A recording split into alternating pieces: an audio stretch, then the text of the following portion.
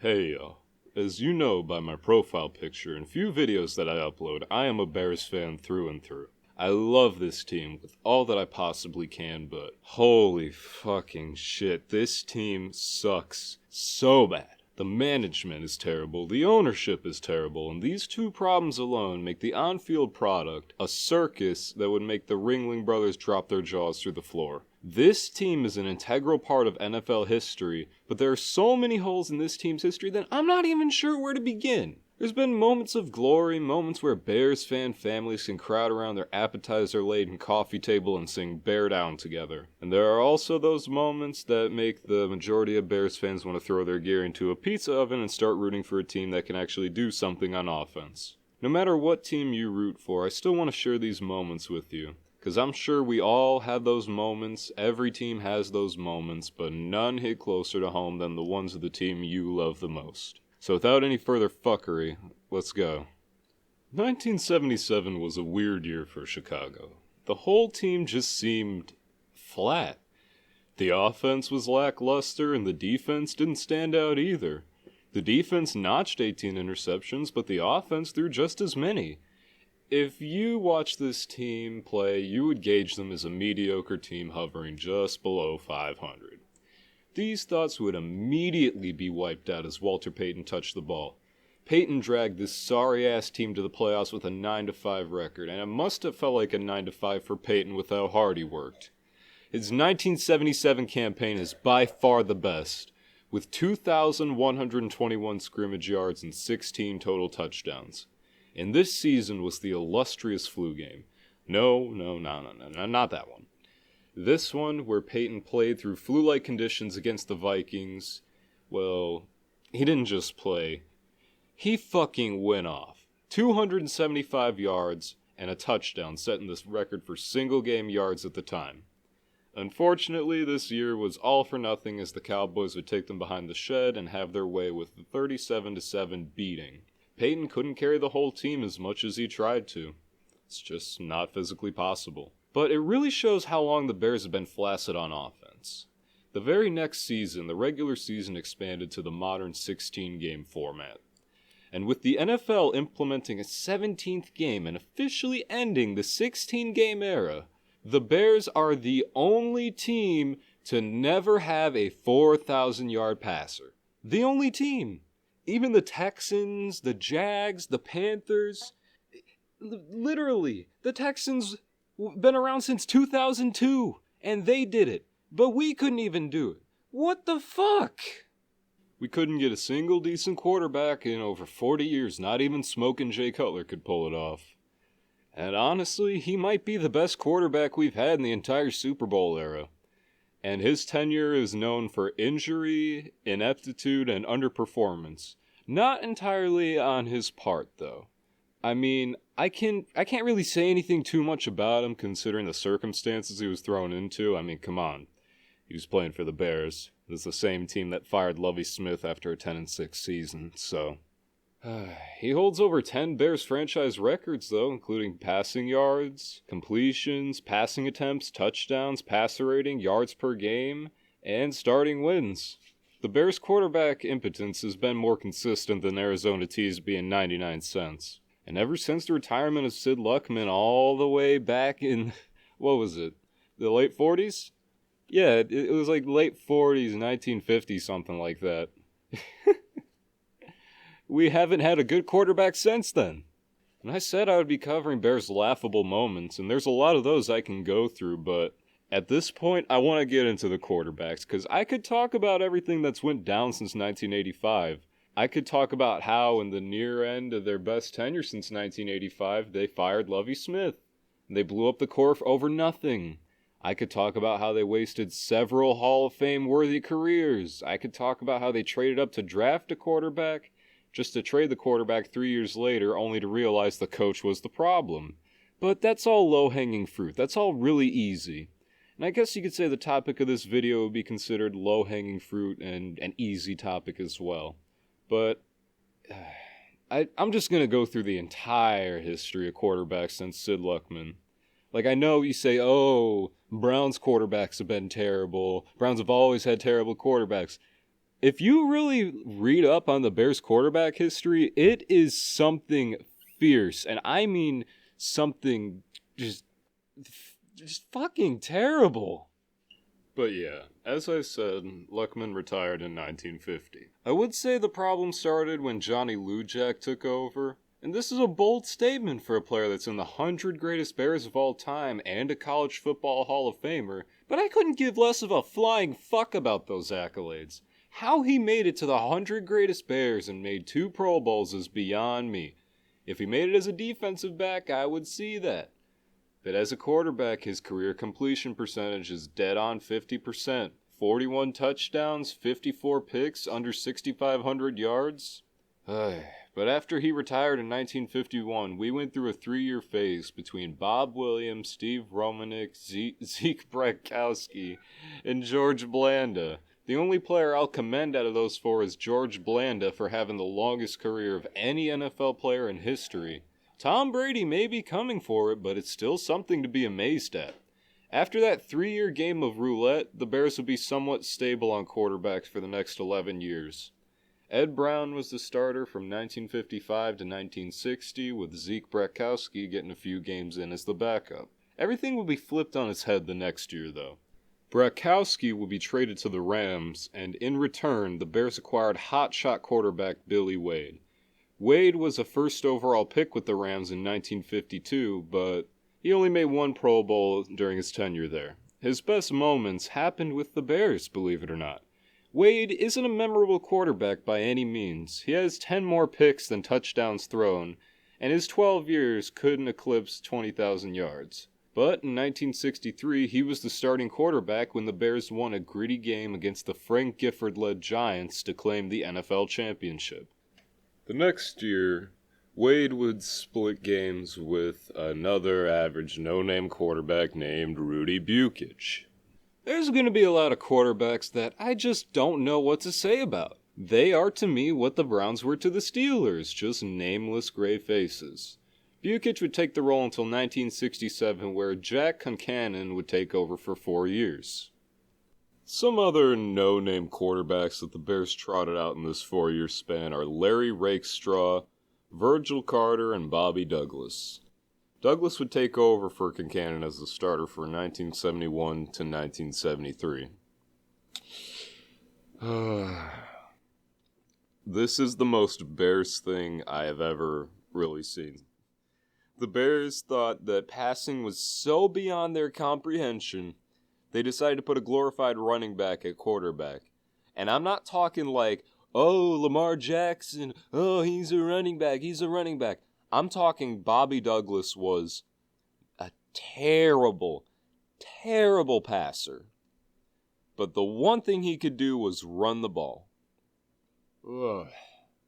I'm sure he was a hell of an athlete, but if we're talking Bobby Douglas, the quarterback, forget about it. Your team isn't winning dog shit no matter how close he gets to a 1,000-yard rushing season.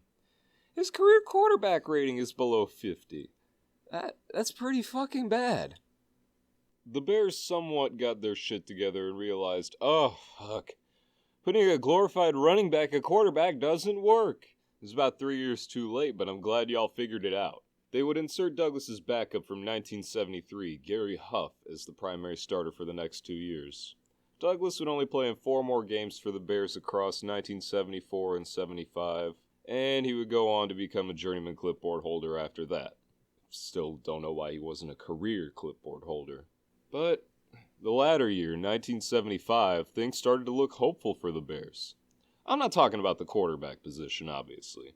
Bob Avellini would take over as a starter for the next 3 years. But he had the glory and the honor of handing the ball off to a young Walter Payton. And we already talked about that earlier, you know. Flu game, greatest player of all time, 1A and 1B with Jerry Rice.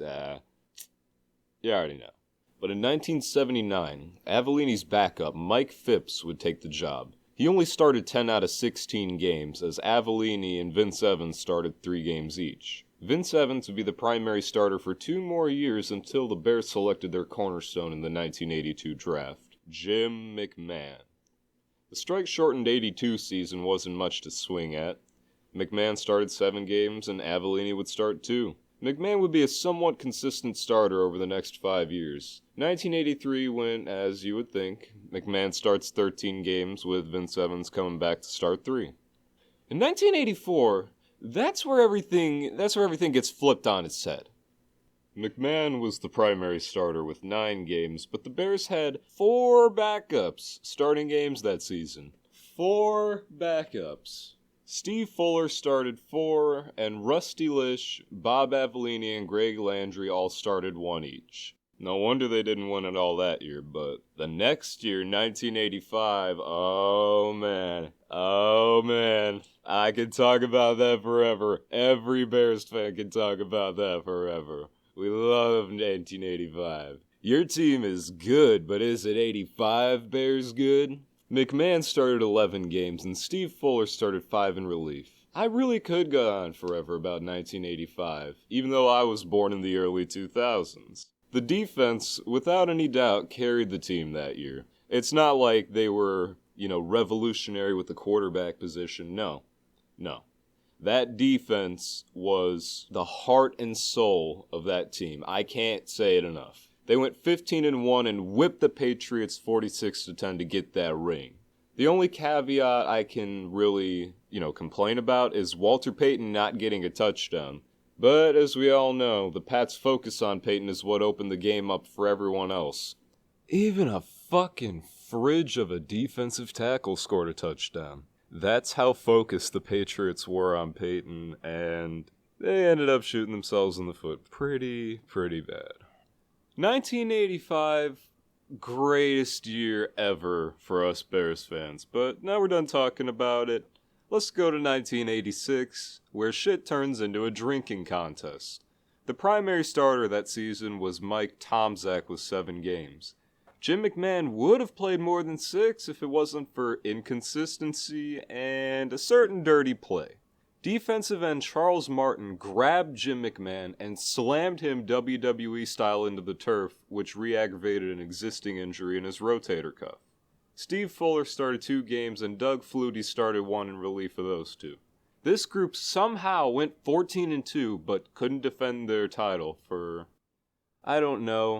obvious reasons. In 1989, McMahon would leave the team, leaving the door wide open for Tomczak and another quarterback named Jim Harbaugh. Harbaugh would be the starter for 4 years before the team fell into the quarterback carousel everyone memes them about. 1994 would mark the first year of the revived carousel. Steve Walsh and Eric Kramer split games, with Walsh taking 11 and Kramer taking 5. Eric Kramer, man. In 1991, the Lions were dealing with the loss of Rodney Peete. Eric Kramer was signed as an emergency backup, playing in 13 games as the Lions went 12-4 and went to the NFC Championship game. The Lions let Kramer go, knowing that the success wasn't going to come with Kramer at the helm. And the Bears, being the Bears, foolishly picked up Kramer, thinking he made the Lions good. Anyone with common sense knows that Barry Sanders was carrying that whole fucking team. And without shocking anyone, the Kramer experiment failed. The Bears tested the waters with other quarterbacks such as Dave Craig and Rick Mirer. I don't even want to mention Steve Stenstrom and Moses Moreno because, really not that relevant. But at the same time, they were there. It's starting to look like the Cleveland Browns QB jersey. I don't know if I can... Alright. Fuck it. Let's keep going. Coming into 1999, the Bears had to do something about their terrible, horrible, just atrocious quarterback situation.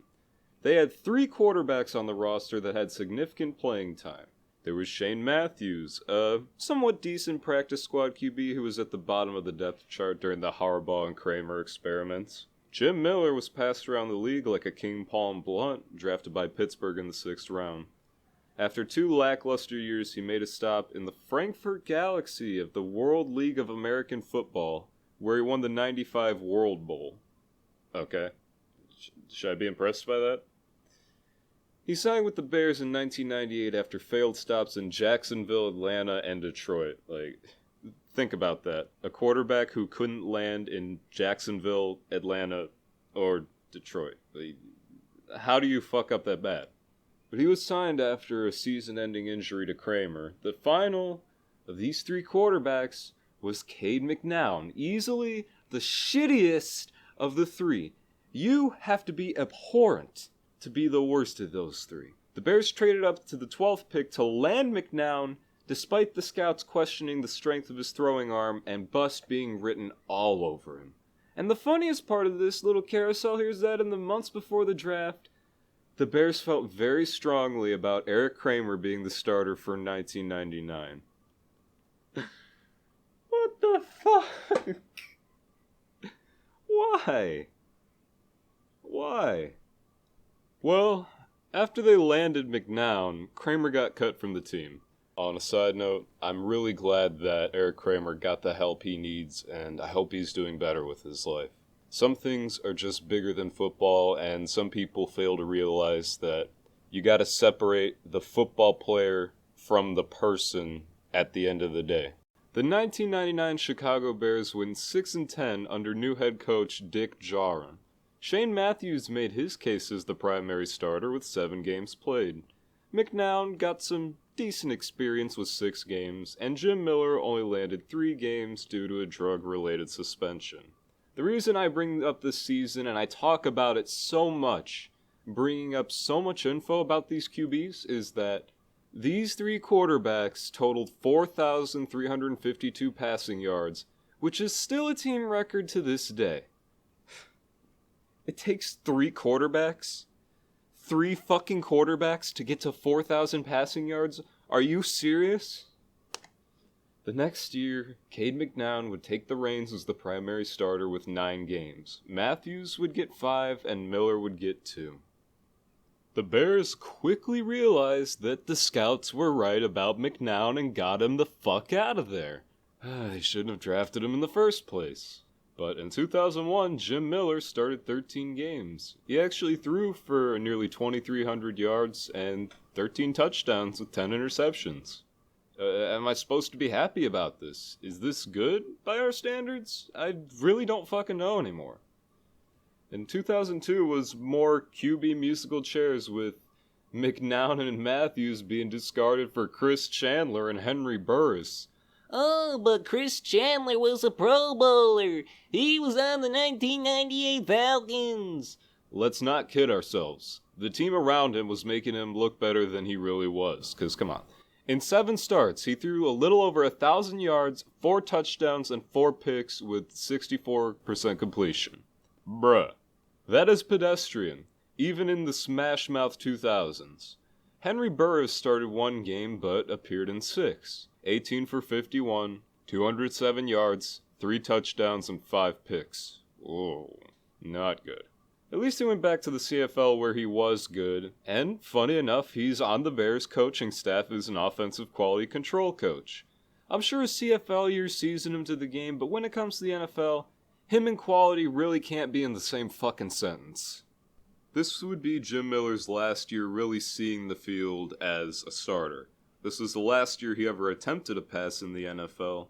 He started 8 out of 10 games played, threw for nearly 2,000 yards, 13 touchdowns, and 9 picks. He then went on to win a Super Bowl as the backup to Brad Johnson. I mean, hey, he got a happy ending, but we don't, because we gotta keep fucking going. And don't ask me, are we there yet? Because this ride never stops. As a Bears fan, the quarterback carousel will never stop until this team is free from the clutches of old head ownership and team operations. I am convinced that anyone in the McCaskey regime seriously couldn't manage a fucking Dairy Queen, let alone a professional football team. It makes me wish Mark Cuban would buy us because at least we'd have someone who knows what the fuck they're doing. In 2003, we see 2 recognizable names starting games. However, as with every Bears quarterback carousel, at least one of the shitty QBs drags themselves over the next year. That QB would be Chris Chandler, who started 6 of 8 games, throwing for a little over 1,000 yards, 3 touchdowns, and 7 picks. Dude, just quit already. We've had enough of you. The first recognizable name we see is Cordell Stewart, starting 7 out of 9 games played. Pretty fitting considering the Bears went 7-9. He threw for 1,400 yards, 7 touchdowns, and 12 picks on 50% completion. At least he contributed nearly 300 rushing yards and 3 scores. And finally, the grand culmination of this triple threat of mediocre Bears goodness. Enter Rex fucking Grossman. 3 games started and played, 437 yards, 2 touchdowns, and 1 pick on 58.2% completion. He had more fumbles than touchdowns thrown. I love it. And if you think this year was weird, oh, it's gonna get fucking weirder. We have our first 4-piece QB carousel since 1987, baby! Craig Krenzel, Chad Hutchinson, Jonathan Quinn, and Rex Grossman. Krenzel and Hutchinson started 5 apiece, and the other 2 started 3 apiece. I'll be honest with you, I'm sick of having to list all these bum-ass stat lines and read all these bum-ass QBs. So I'm gonna throw them all together. These 4 guys combined for a grand stat line of 2,600 yards, 9 touchdowns, 15 picks, 66 sacks taken, and 449 yards lost. I included the sack total and statistics here because it blew my fucking mind. Both Krenzel and Hutchinson, the guys who started 5 games apiece, got destroyed 23 times each in 2004. No wonder their careers never really went anywhere. It was like instant CTE. And Jonathan Quinn is so irrelevant that I couldn't find him on Pro Football Reference. I had to go to the NFL website to find him, and even then I was scared it wouldn't load because he doesn't even have a fucking picture. But, as I said before, one always carries over. And that one is Rex fucking Grossman. Well, for about 1 start, yeah. He appeared in 2 games, starting 1 and throwing for 259 yards, 1 touchdown, 2 picks with 51% completion. The reason he didn't see the field as much is due to the Bears' new fling, Kyle Orton. How many tribes did this team piss off to always fucking miss on QBs? I give up. I'm done. How am I not the only Bears fan in the world? I can't think of anyone insane enough to support this team while knowing that they can't draft a good quarterback if their lives and our lives depended on it. I have a better chance of making the NBA than the Bears do at hitting on a quarterback, and let's just say I'm not getting a single scholarship from any school, let alone an NBA tribe. Fuck this. I'm gonna finish this video some other time. I am way too pissed off to talk about the Super Bowl. I'm gonna have to make a part 2. You guys have a good day because I already know that mine's ruined from talking about this bullshit. If you enjoyed the video, throw me a like and subscribe for more videos. Comment more ideas down below and let me know what you want me to talk about. Hopefully it's something that doesn't make my head hurt like this one did. I need a beer.